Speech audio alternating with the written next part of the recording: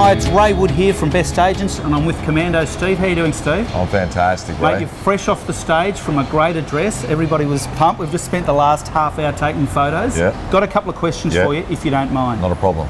Can you tell me about your journey through the armed forces? So I joined infantry, ended up in an infantry unit, which went through a role change to commandos, did selection. You know, I was selected like anyone else that makes it into the unit. I was beret qualified, and I spent the better part of the next 10 years serving as a Special Forces Commando. The skill sets and the requirement, things like parachuting, amphibious operations, fast driving, demolitions, close quarter combat, all of those things. It's pretty hard to explain if people haven't done it. But they Did you see action overseas? I did see action overseas a few times. Wow. I discharged from the military at that point in time when Afghanistan had flared up for a second time. Right. And I've had a lot of mates that have been serving there for 10 years. Yeah. What did that teach you, your time with...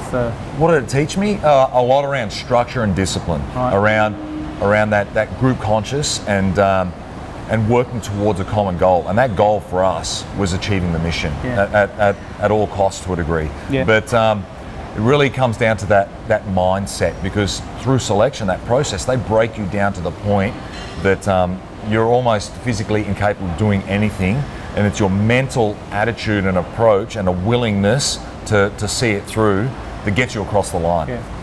Okay. Where did you progress from that? You're into your fitness, your business, your coaching, your motivation, notwithstanding your celebrity TV status on The Biggest Loser. Where does the motivation come from for that? What's the inspiration, motivation? I believe a lot of that is intrinsic. It's I feel that I was born with that. I've lived my life in that physical realm, but there's been a number of people in my life. My father, kind of wanting to prove myself. To my father, like a lot of young guys do when they are younger. But as I've grown through the years, it's people that I work with within the army. I aspired to be like them. They're people that you would have never have heard of. But role models, perhaps. Yeah, they're definitely role models. Guys that have been around for a number of years. When I first joined, and I was like, I want to be like that guy. In leaving the army, a guy who's now a good friend of mine who's got cerebral palsy, and I knew nothing about it.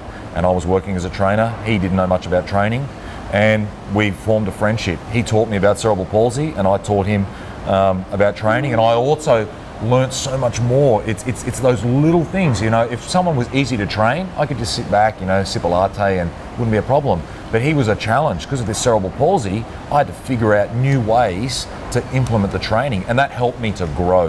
And again, moving forward now, it's sometimes a lot of people think it's people that may be at that level above you, and a lot of the time for me, it's actually the people who have been broken and unsure of where they've gone wrong that actually give me that motivation, that inspiration, because if they have that courage to fight and come back from behind the 8 ball, it's like, if they can do it, there's no reason why I can't get my backside out of bed every day and continue doing what I do, because it's that passion, that commitment. Even now, just doing the photographs, and a lot of the people saying, thank you very much, fantastic talk, inspirational, and keep up the good work. Like that's a reward for me in itself. That tells me it is. And again, all of this is possible because I've taken myself outside my comfort zone time and time again. I've been prepared to experience and learn new things. You talked about your buddy with cerebral palsy. Would he be one of your heroes? Because that was my next question. Who are your heroes? Yeah, definitely. Growing up, Arnold Schwarzenegger. Okay. Again, being physical, I just saw that guy as the epitome of fitness. Well, he's a self-made man. Exactly. I love this story. I still got his Bible on bodybuilding and watching Pumping Iron all those years ago.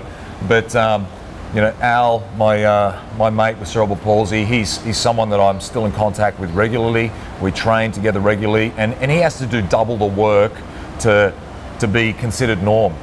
His story is amazing. He's gone from hanging out with guys that drink all the time and smoke pot to being the #1 salesman for David Jones. Wow. It's amazing, and that's just the self-belief. And a lot of that for him started in that physical sense. He took control of that physical arena. He built his confidence.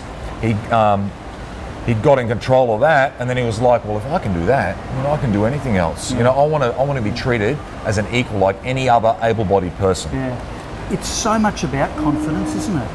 Because you reach Everything. that level and you can suddenly do it. I mean, maybe you didn't even envisage that you'd be doing the things that you're doing now back in the day, and now you're doing them, and it gives you, does that take you to a new level? Exactly. You think back over your life and what it is that you've done, and I think back to the army, you know, laying in the bush, freezing cold, hungry, you know, just wanting to go to sleep, but knowing that you get your backside kicked, or that could be the means of the enemy if you're out on picket, you know, attacking the group, and it's your responsibility.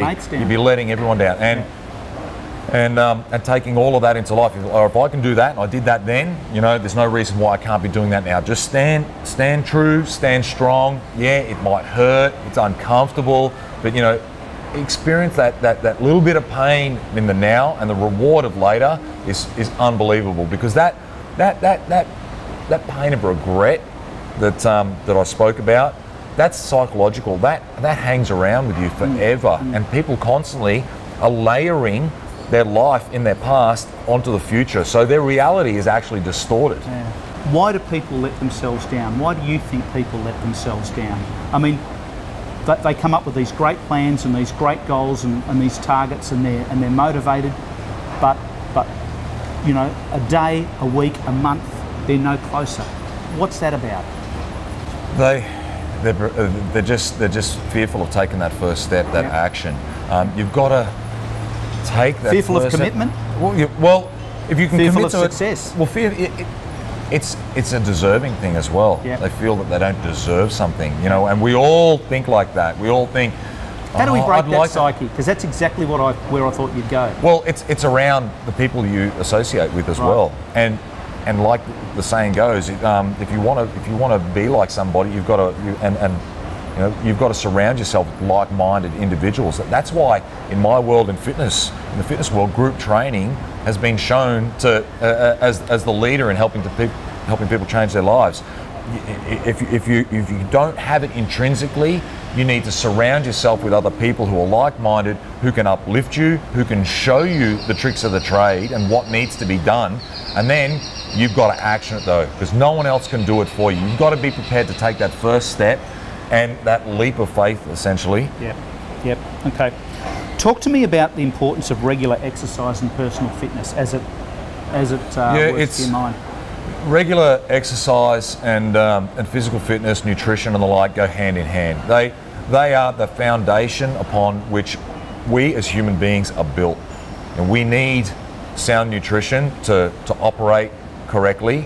And physical exercise isn't just good for the body, it's fantastic for your mind. It helps to alleviate stress, you know, anxiety, depression, you know, all of those things. And quit addictions?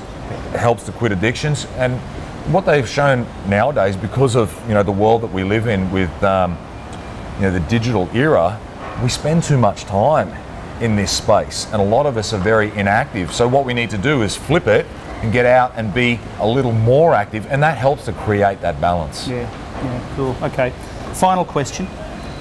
I'm watching this either personally or financially or with my career. I'm in a bit of a slump.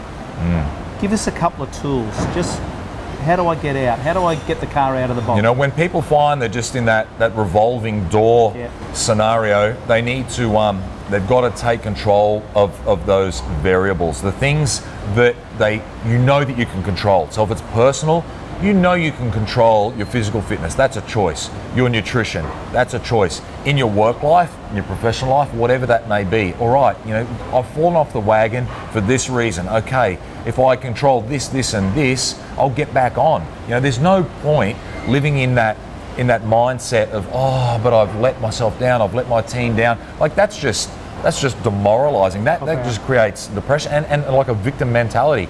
Get over being the victim, realize that other people, you know, feel the same way, and if you can actually come together, that group conscious, that energy, it's uplifting. And it take helps responsibility, and take responsibility for your actions. Yeah, okay, awesome. And because what most people do is it's the regret that they're living with again. It's like, oh, but because of this action, I've let myself, well, change the action. All right, I accept what's happened, I've learned from that experience, and I'm not going to make it happen again or allow it to happen again. Okay. Well, we're out of time. Yep. I want to thank you so much for your address today. It was inspirational. Over 300 people were, they'll be talking about it for a long time, I think. So thank you so much, and look forward to next time. Thank you very much, Ray. Okay, mate. Cheers.